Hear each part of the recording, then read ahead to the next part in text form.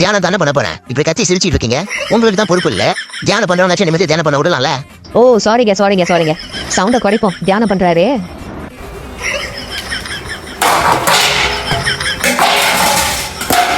என்ன சத்தம்? சாமி காட்சி படுத்துருச்சா? என்னங்க கீழே விழுந்துட்டீங்களா? என்ன பார்த்தா கீழே விழுந்த மாதிரியா இருக்கு. உட்காந்து தியானம் பண்ணா தரிசனம் லேட்டா கிடைக்கும்னு சொல்லிட்டு படுத்துட்டு நேர பிரபஞ்சத்தோட கனெக்ட் பண்ணேன். ஓ நான் கூட நீங்க தூங்கி விழுந்துட்டீங்கன்னு நினைச்சேன். என்ன பார்த்தா தூக்க பத்தாம தூங்கி விழுந்த மாதிரியா இருக்கு. உங்களுக்கு தான் தியானம் பண்ற அக்கறை இல்ல.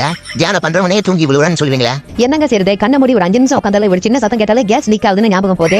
அப்புறம் வெளியில் ஒரு சின்ன சத்தம் கேட்டாலே வெளியில் என்ன பண்றாங்கன்னு ஞாபகத்துக்கு போகுது. இன்னைக்கு என்ன சாப்பிட்டோம், என்ன பண்ணோம், எங்க போனோம், இது எல்லாமே ஞாபகத்துக்கு வருது தவிர தியானம் மட்டும் ஞாபகத்தையே வர மாட்டேங்குதுங்க. அப்படி தியானம் பண்ண தெரியலனா உட்காந்து பஞ்சாச்சாரம் நாம அதை சொன்னாலே போதும். இறைவனோட அருள் ஆசீர்வாதம் எப்போதுமே உங்களுக்கு கிடைக்கும். அதை நெளிஞ்சு போன வெள்ளி செம்பு தியானம் பண்ற பேர்ல தூங்கி விழுந்து போட்டு இதுல பஞ்சாச்சாரம் பஞ்சு டயலாக பேசுற.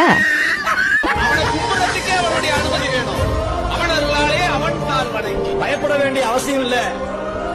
திருமுறையை தொட்டவங்க கெட்டு போனதா சரித்திரமே கிடையாது.